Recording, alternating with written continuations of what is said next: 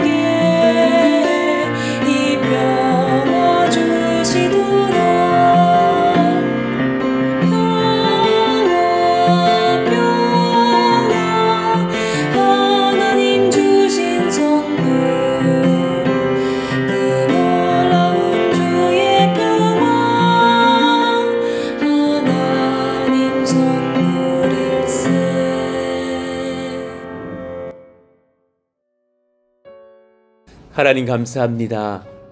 귀한 새벽을 허락하여 주시고 또 비가 오던 중에 오늘은 또 비도 그치게 하여 주시고 좋은 일기 속에 하나님 앞에 예배할 수 있는 복을 주시니 감사합니다.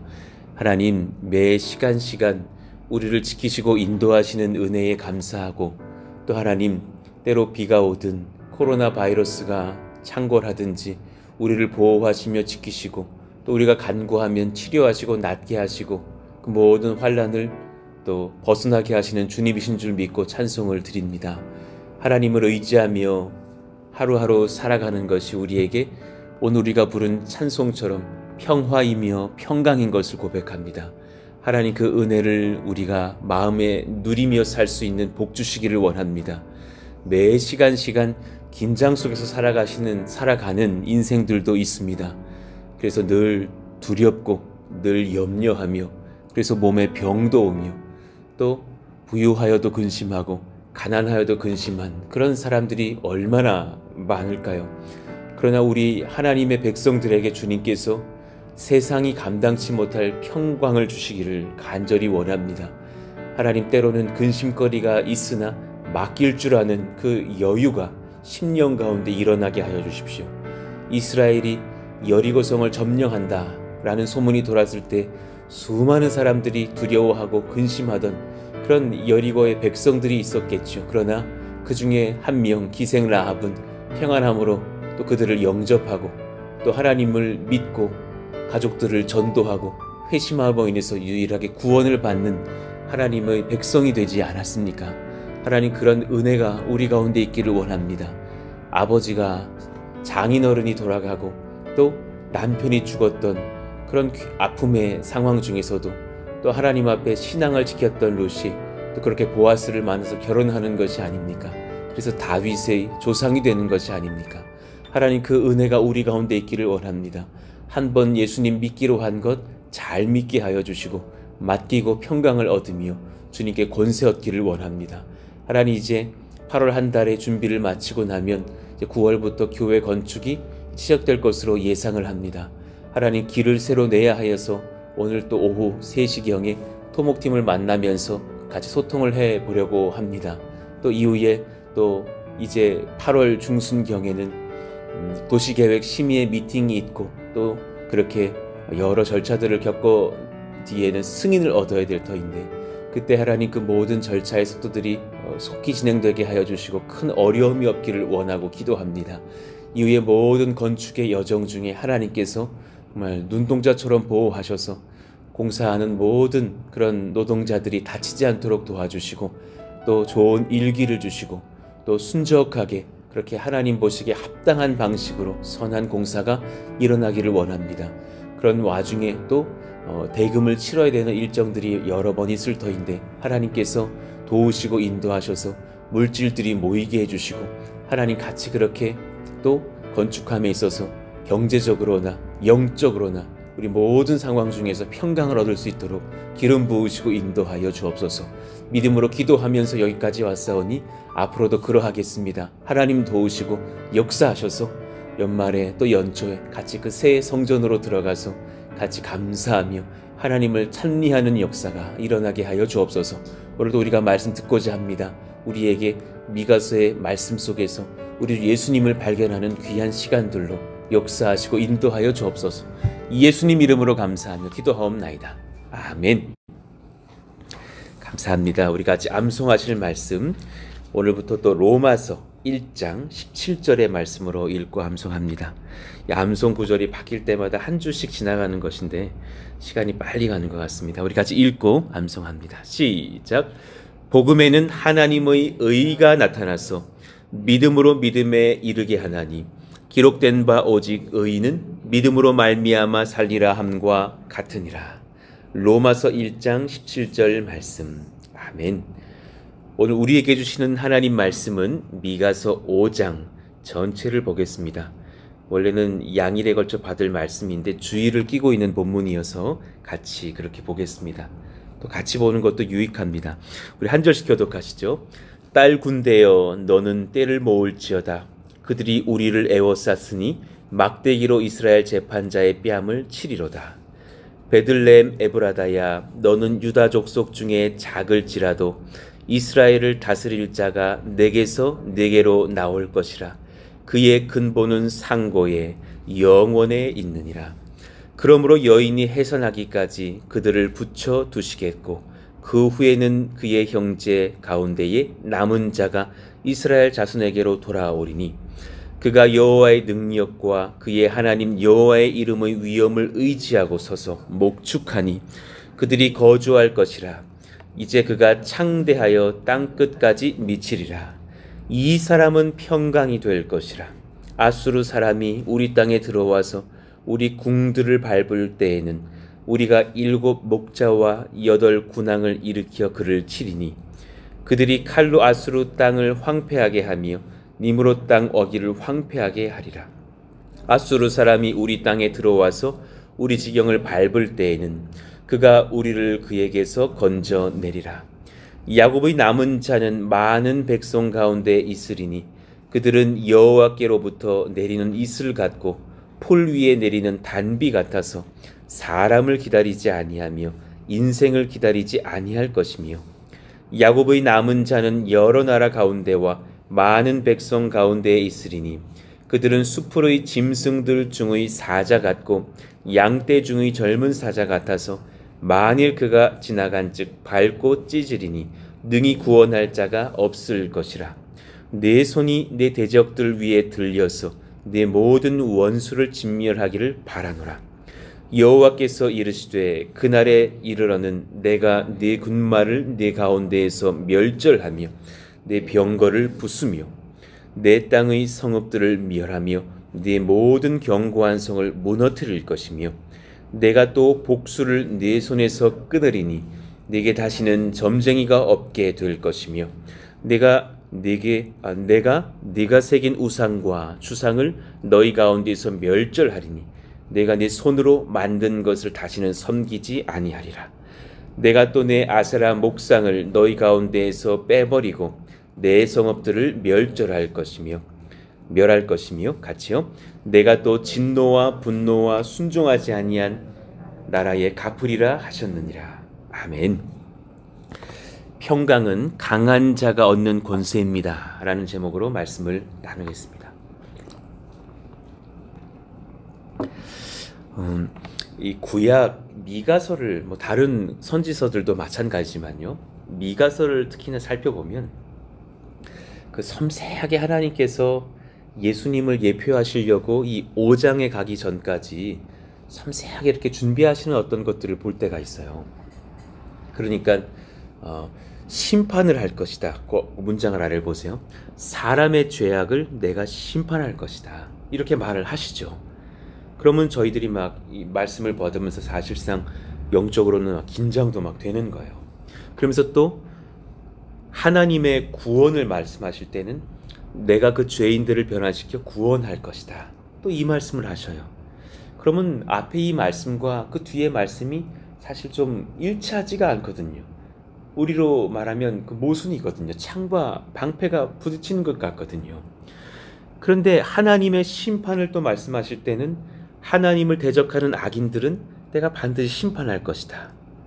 그런데 그러면서 이 미가서를 섬세하게 보시면 그 모든 여정 중에 사람의 어떤 능력이 스며들지 않게 할 것이다. 내가 사람의 연약함은 끼지 않게 할 것이다. 그리고 마땅히 사람이 영광을 받지 못하게 할 것이다. 이렇게 말씀을 하시는 거예요. 내가 친히 그 주체자로 임할 것이다. 그러면 그 연약한 자들을 어떻게 변화시키고 구원시키신다라는 말씀인가? 그럴 때 항상 모든 선지자에서 예수님을 예언하고 계신다라는 것을 우리가 발견하게 돼요. 그 모든 여정 중에 내가 악인들에게는 희생자가 되고 또 부활의 권세로 인하여서 새로운 그 영적인 구세주의 권세를 얻고 일어나실 하나님이 계실 것이다. 그가 우리 모든 백성들에게 부활의 권세까지도 허락하실 것이다. 이 섬세하신 여정들을 이 주님 오시기 수백 년 전인 이 구약의 많은 선지자들에서 말씀하고 있는 것을 봐요. 그 중에 오늘 이 미가서 5장은 그러한 말씀 중에서 또한 하이라이트 같은 말씀인데, 하나님의 계획이 차원이 다른 것임을 이 구약의 예언서를 보면서 많이 깨닫게 됩니다. 흠없는 하나님의 계획 속에 구원자 예수님을 준비하시는 그 하나님의 여정을 우리는 보게 되죠. 그리고 때로는 그 악인들의 득세와 의인들이 받을 시련도 하나님은 이미 다 알고 계시는 거예요. 다 계획 속에 있어요. 어느 나라가 강대국이 될 것이고 훗날에는 무너질 것이고 이런 것들을 다 알고 계시는 것을 봅니다. 자, 오늘 본문을 봅시다. 딸 군대여 너는 때를 모을지어다 그러셨어요. 사랑하시는 백성들을 향한 아버지의 마음속에서 그 딸이라는 표현이 남다르죠. 군대라는 것과는 굉장히 상반된 개념이지만 딸 군대여 라고 부르시면서 너는 때를 모을지어다. 강한 군대의 역할을 감당하게 하실, 이스라엘을 그렇게 또 믿는 하나님의 백성들을 강하게 하실 하나님의 말씀인 것을 알게 돼요. 그들이 우리를 애워쌌으니 막대기로 이스라엘 재판자의 뺨을 치리로다. 여기서 그들은 세상 권세를 말합니다. 우리를 애워쌌으니 그들이 막대기로 이스라엘 재판자의 뺨을 치리로다. 성경에 왕이 직접 뺨을 맞았다라는 기록은 없어요. 그래서 많은 성경학자들이 누구인지를 당대에 찾았겠죠. 그래서 아수르 왕 사네립의 침략을 당했던 히스기야를 비유하는 거다. 아니면 더 뒤에 느부갓네살의 공격을 받았던 유다의 왕 시드기야를 말하는 것이다. 이런 표현들이 있으나 사실은 실제적인 이 표현은 우리 주 예수님을 향한 말씀인 것을 알게 돼요. 이스라엘의 재판자, 유일한 왕이신 예수님께서 뺨을 맞으실 사건을 의미해요. 그러니 성경에 진짜 왕 중에 왕이신 분이 뺨 맞은 기록이 성경에 있는데 그것을 여러 번 예언해 놓으셨고 또 구약과 신약에서 그렇게 연결이 되고 있습니다. 이사야 50장 6절 나를 때리는 자들에게 내 등을 맡기며 주님이 그렇게 채찍질을 당하지 않으십니까? 나의 수염을 뽑는 자들에게 내 뺨을 맡기며 모욕과 침뱉음을 당하여도 내 얼굴을 가리지 아니하였느니라. 하나님께서 자신의 그 주어를 쓰시면서 그렇게 순환당하실 것을 예언해 놓으셨어요. 오늘 또 미가서도 마찬가지였고 이것을 마가복음에서 증거합니다. 14장 65절 우리 같이 읽어봐요. 시작. 어떤 사람은 그에게 침을 뱉으며 그의 얼굴을 가리고 주먹으로 치며 이르되 선지자 노릇을 하라 하고 하인들은 손바닥으로 치더라. 아니 왕에게 맞은 것도 아니에요. 하인들에게 뺨 맞으신 거예요. 오늘 기록을 보면은 여러 병사들과 또 조롱하던 유대인들과 그 집을 지키고 있던 하인들에게 손바닥으로 뺨을 맞으시는 미국 대통령도 아니라 만왕의 왕이신 하나님께서 그렇게 당하셨다라는 거예요. 얼마나 비참한 일인가. 그런데 이것을 이미 알고 계셨다라는 것이죠. 마태복음 26장 39절 그 얼굴이 그렇게 매맞았던 얼굴이 사실은 얼마나 존귀한 얼굴이신지 참 이 말씀이 어제 묵상이 돼서 옮겨놨는데 그 조금 뒤에는 막 순환당할 그 얼굴을 이제 땅에 대셔서 그 만왕의 왕께서 조금 나아가 얼굴을 땅에 대시고 기도를 하시는 거예요. 엎드려 기도하여 이르시되 여러분 바닥에 땅에 얼굴 대고 기도하신 적이 있으실 텐데 그때는 얼마나 간절하고 얼마나 낮아졌던 그 마음이 때입니까? 내 아버지여 만일 할만하시거든 이 잔을 내게서 지나가게 하옵소서. 그러나 나의 원대로 마시옵고 아버지의 원대로 하옵소서. 그 낮아짐의 기도를 마치시고 나서 그 얼굴로 막 수염이 잡히고 침을 뱉음을 당하고 정말 막 손바닥으로 주먹으로 내침을 당하면서 그렇게 십자가의 길로 가셨다라는 것이죠. 이것을 이미 이사야 선지자도 또 미가 선지자도 예언하고 있었다라는 사실입니다.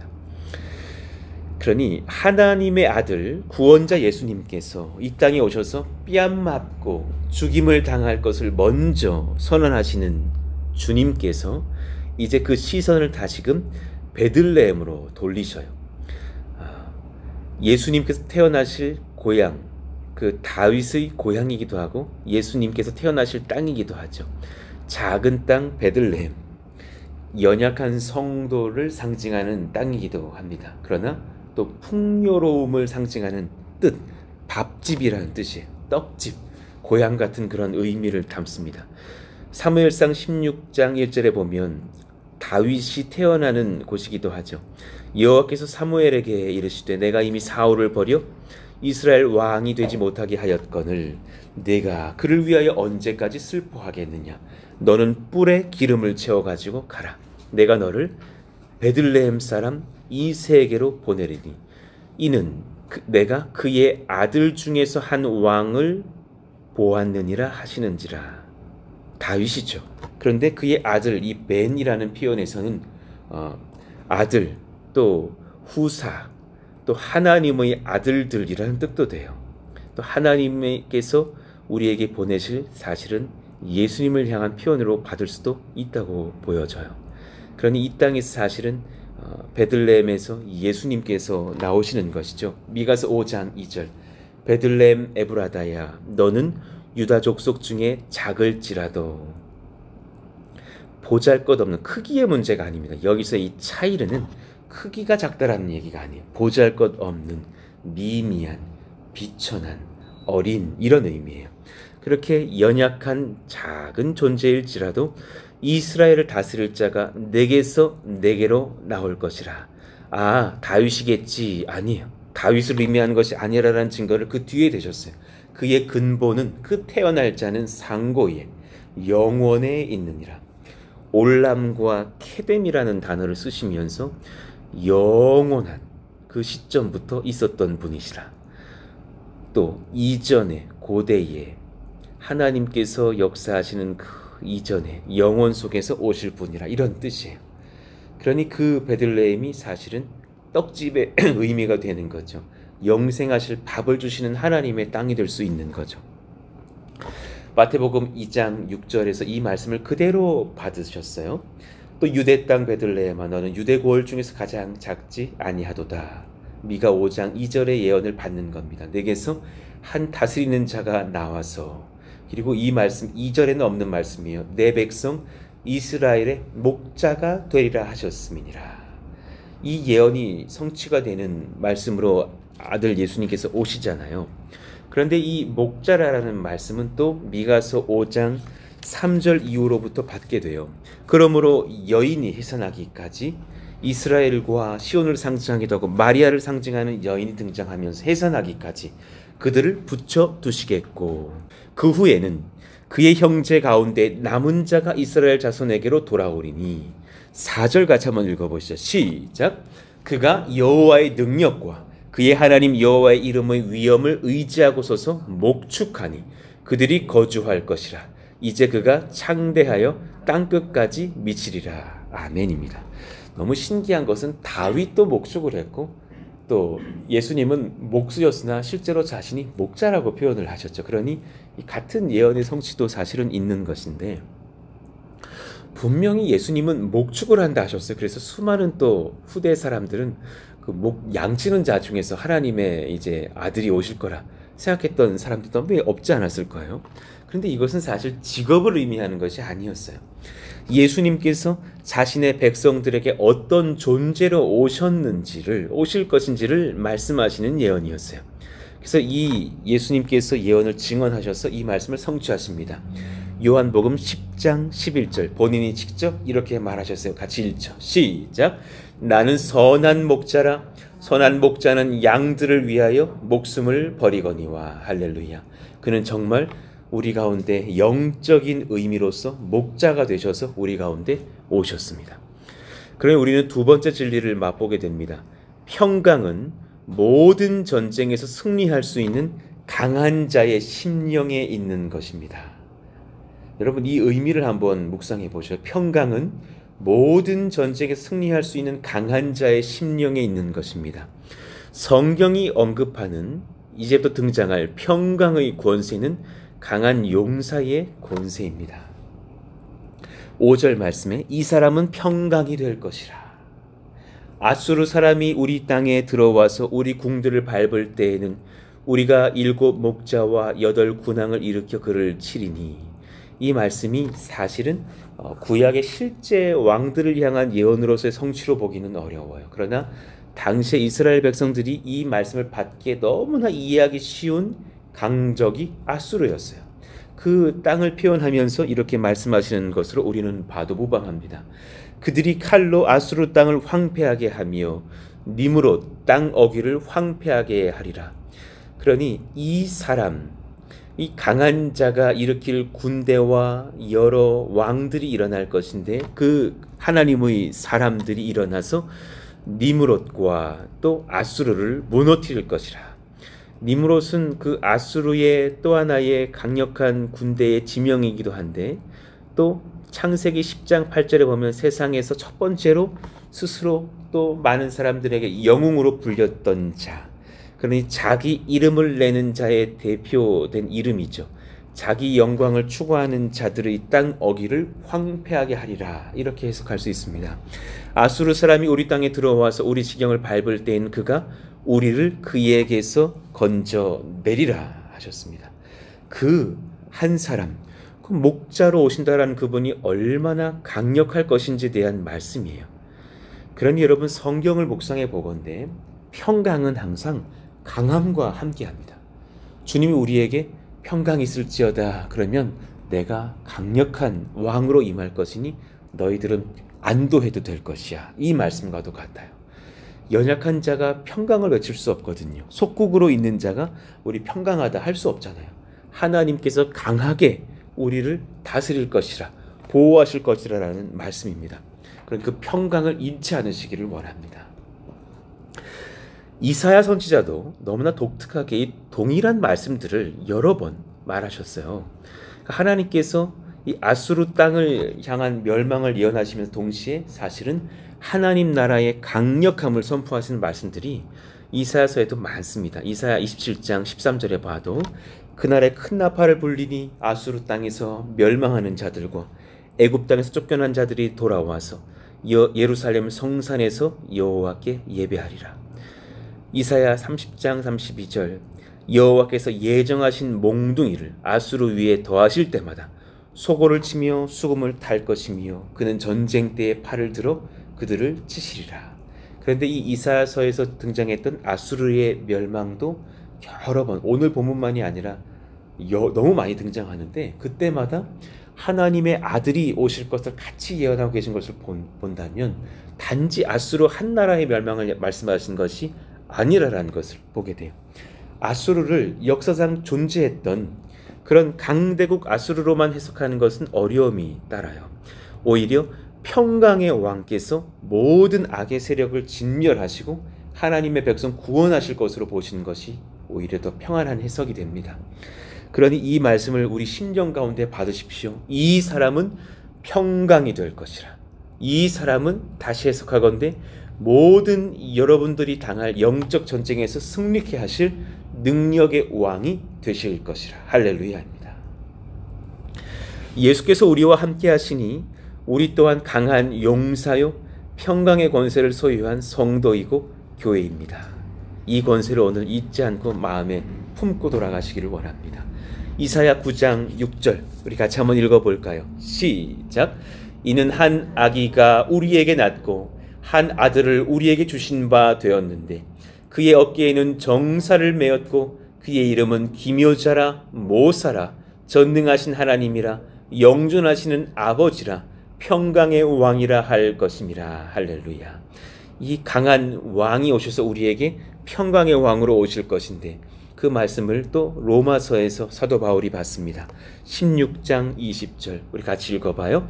평강의 하나님께서 속히 사탄을 너희 발 아래에서 상하게 하시리라. 우리 주 예수의 은혜가 너희에게 있을지어다. 할렐루야. 평강의 왕은 강력한 하나님의 능력을 갖고 계신 왕이십니다.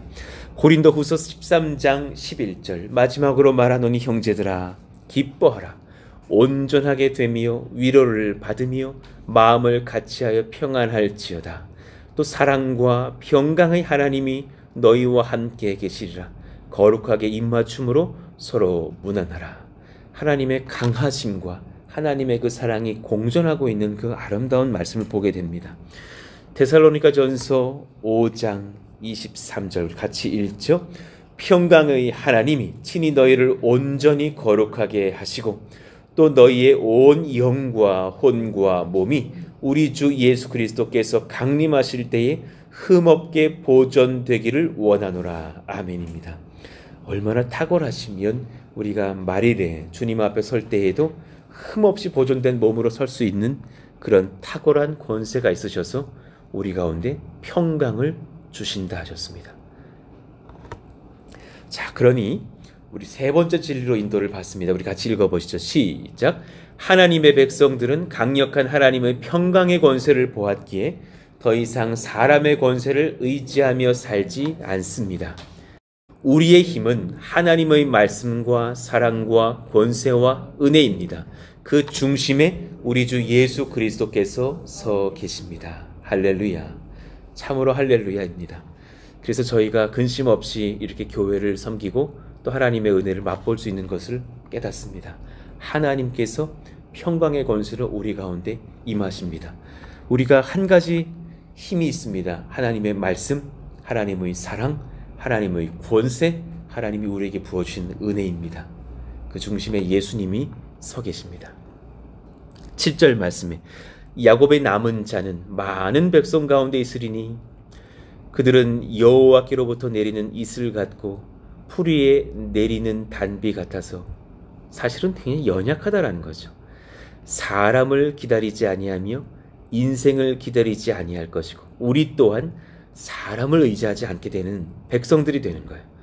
우리가 어떤 구원할 어떤 사람, 정말 부부의 관계 속에서 태어난 연약한 한 사람을 의지하지 않는 거예요.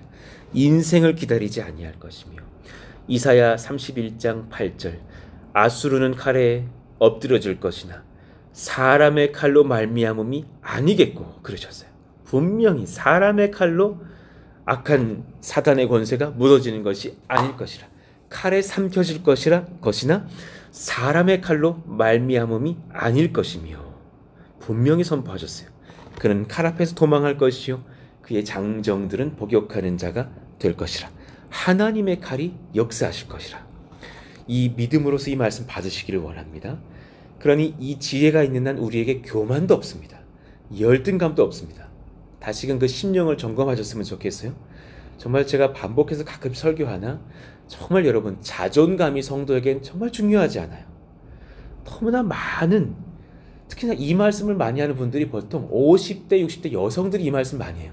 목사님 저는요 자존감이 낮아요. 그런 분들은 특징이 뭐냐면 자기의 애가 많은 거예요. 사실은 속고 있는 거예요. 자기를 너무 많이 돌아보셔요. 내가 너무 중요하셔요. 사실 그런 마음에서 남편에 대한 뭐 상처도 많고 자녀 이런 것도 많은 것을 봐요. 그런데 그분들의 특징이 뭐냐면 사람 의지예요. 그것 아니었으면 좋겠다는 생각이 들어요. 성도에게는 자존감이 중요하지 않아요. 진짜 은혜를 풍성히 받으시잖아요. 사람 별로 의지하지 않습니다. 하나님을 소망하며 바라는 하나님 존귀히 여기는 그 감화가 마음에 일어납니다. 하존감이라고 제가 명명한 신조어입니다. 하존감을 여러분 마음에 받으시기를 원합니다. 하나님 존중하는 그 감화된 심령이요. 하나님을 위대히 여기는 마음이요. 하나님이 내게 커지는 그 심령의 변화요. 여러분들의 입술에 하나님 제게 자존감 좀 높여주세요라는 기도가 아니라 하나님 존중하는 그 역사의 심령이 일어나기를 원합니다. 기도할 수 있기를 원합니다. 그 권세가 임한다면 평강이 임합니다. 마음이 평안합니다. 왜냐하면 사람을 의지하지 않기 때문입니다. 아주 평안합니다. 같이 살지만 내 남편 의지하지 않아도 평안할 수 있습니다. 내 자식에게 목매지 않습니다. 그냥 자식은 시집가고 장가가면 사실은 끝입니다. 너무 허무합니다. 저러려고 내가 이랬나 싶으실 겁니다. 그러나 보내셔야지 맞지 않습니까? 그럴지라도 한 분이 남아 계십니다. 하나님이시라는 사실입니다. 하나님께 은혜 구하는 하나님의 교회는 강합니다. 그 교회는 탁월합니다. 그 교회는 지혜롭습니다. 이 교회의 권세를 잊지 않으시기를 원합니다. 그러니 8절 9절 제가 8절을 읽을게 9절 같이 읽으시죠. 야곱의 남은 자는 여러 나라 가운데와 많은 백성 가운데 있으리니 그들은 수풀의 짐승들 중에 사자 같고 양떼 중에 젊은 사자 같아서 만일 그가 지나간즉 밟고 찢으리니 능히 구원할 자가 없을 것이라. 9절 같이요. 내 손이 내 제적들 위에 들려서 내 모든 원수를 진멸하기를 바라노라. 하나님께서 우리와 함께 하시면 그 역사가 일어날 것이라 하나님께서 말하시는 거죠. 왜냐하면 하나님이 그렇게 돕고 계시기 때문입니다. 그러니 여러분 이제 마지막으로 이 말씀 적용하시면서 오늘 이 미가서 5장은 그 하나님께서 마지막 때에 무엇을 하실 것이냐? 우상들을 진멸하실 거라고 하셨어요. 그러니 여러분 이 말씀을 우리 심령으로 받는다면 하나님 외에 내가 내 자존감 지키려고 의지하는 것들을 오늘 좀 무너뜨리시는 시간 되었으면 좋겠어요.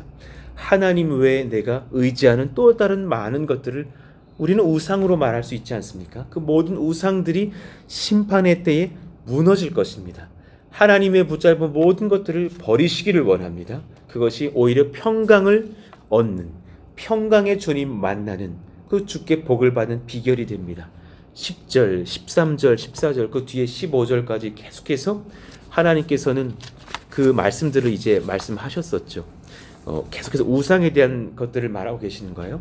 여호와께서 이르시되 그날에 이르러는 내가 내 군마를 내 가운데에서 멸절하며 내 병거를 부수며. 여러분 군인이 얼마나 말이 중요해요? 군인이 얼마나 병거가 중요해 그것을 부수시겠다라는 거예요. 여러분의 무기보다 탁월하신 하나님을 무기 삼으시라라는 말씀이에요. 13절 우리 같이 읽어봐요. 내가 시작. 내가 새긴 우상과 주상을 너희 가운데서 멸절하리니 내가 내 손으로 만든 것을 다시는 섬기지 아니하리라. 할렐루야. 하나님만을 섬길 수 있는 그 백성의 심령의 변화요. 내가 또 내 아사라 목상을 너희 가운데에서 빼버리고 내 성읍들을 멸할 것이며 말씀하셨습니다. 말씀을 정리합니다. 오늘 여러분 말씀을 받으시면서 이 은혜의 말씀의 흐름을 이해하셨으면 좋겠어요. 하나님 계획은 차원이 다른 것을 봐요. 구약의 예언서들을 보면서 그 우상을 향한 전쟁의 승리와 백성을 변화시키실 것들과 그 중에 항상 메시아를 가운데 선포하시는 그 모순을 해결하시는 하나님의 사랑의 메시지를 받게 됩니다. 평강은 그래서 우리 가운데 주어질 수 있는데 왜 가능한 것이냐? 평강의 권세는 강한 자의 권세예요. 강한 자가 모든 것을 점령하고 나서 평강을 선포할 수 있는 거예요. 그 평강이 우리에게 주어졌다는 사실은 하나님께서 우리 가운데 임하신다라는 것을 말합니다. 하나님의 백성들은 그래서 강력한 하나님의 평강의 권세를 보았습니다. 여러분 이미 얻으셨습니다. 믿으시기를 원합니다. 그래서 사람의 권세 의지하지 않습니다. 예수님을 의지합니다. 그럴 때 하나님께서 이 세 번째 이 진리가 네 번째 진리와 같거든요. 우리의 우상들이 무너집니다. 사람 의지하지 않기 때문이고 사람의 것들을 의지하지 않기 때문입니다. 하나님 외에 붙잡을 것들은 없다라는 것을 깨닫습니다. 주님 잘 붙잡고서는 저희들의 가정과 직장의 삶과 교회에서의 삶과 내 심령이 되게 하여 주시옵소서. 오늘 이 말씀을 기억하시면서 우리 410장 우리 다시 한번 찬양하고 기도하기를 원합니다. 우리 1절 한번 부르시고 후렴을 한번 반복하신 뒤에 기도하시죠. 내 마음에 한 노래 있어 나 즐겁게 늘 부르네. 내 마음에 한 노래 있어 나 즐겁게 늘 부르네. 이 노래를 부를 때에 큰 평화 임하도다. 평화 평화 하나님 주신 선물 그 놀라운 주의 평화 하나님 선물일세. 평화 평화 평화 하나님 주신 선물 그 놀라운 주의 평화 하나님 선물일세. 아멘. 성령께서 여러분에게 물으십니다. 너는 지금 평화를 얻었느냐? 너의 심령은 평강하느냐? 물으십니다. 여러분 만약 평강이 없다면 여러분이 연약해서가 아닙니다. 여러분 상황이 심각해서가 아닙니다. 우리의 믿음이 연약해서입니다. 사람을 의지했기 때문에 우리 가운데 평강을 때로 잃어버립니다. 하나님 우리 심령을 기경하여 주시기를 원합니다. 내가 너에게 강한 자로 목자로 왕으로 탁월한 군대로 임할 것이라. 나는 너에게 유일한 하나님의 권세자로 임할 것이니 나의 이름은 예수 그리스도라 말하시는 예수님을 품에 얻으시기를 원하며 그 강한 자의 권세 속에서 평강을 얻으시기를 원합니다. 하나님 그런 한 날을 살게 하여 주시고 그런 한 주를 살게 하여 주시고 은혜와 평강이 넘치는 그런 우리의 가정과 교회와 우리의 삶의 믿음의 여정들이 되게 하여 주시기를 원합니다. 병이 있으십니까? 오늘 말씀을 들으시는 분들 중에 암이 왔습니까? 병의 치료를 원하십니까? 하나님께서 그렇게 역사하실 줄로 믿습니다. 그 병보다 하나님의 권세가 강합니다. 하나님은 치료하십니다. 세상 모든 의사보다 탁월한 의원이 계시니 그의 이름은 예수님이십니다. 그가 우리를 치료하실 줄로 믿습니다. 우리 가운데 기도의 권세를 잃지 않으시기를 원합니다. 기도하십시오. 기도가 떨어지지 않는 한 우리는 강합니다. 교회는 강합니다. 하나님 그 역사를 잃지 않은 권세가 우리 가운데 일어나게 하여 주시옵소서. 내일 또 우리가 한몸 기도회로 모입니다. 모에게 힘쓸 때에 오가는 모든 성도들 강건하게 붙들어 주시고 좋은 일기를 주시며 하나님 같이 기도할 때 강하신 하나님의 능력 속에서 평강을 얻게 하여 주시옵소서. 같이 오늘 말씀 기억하시면서 주여 부르짖고 기도합니다. 주여! 하나님 감사합니다. 하나님께서 은혜를 더하시기를 원합니다. 주님이 강하십니다. 주님은 탁월하십니다.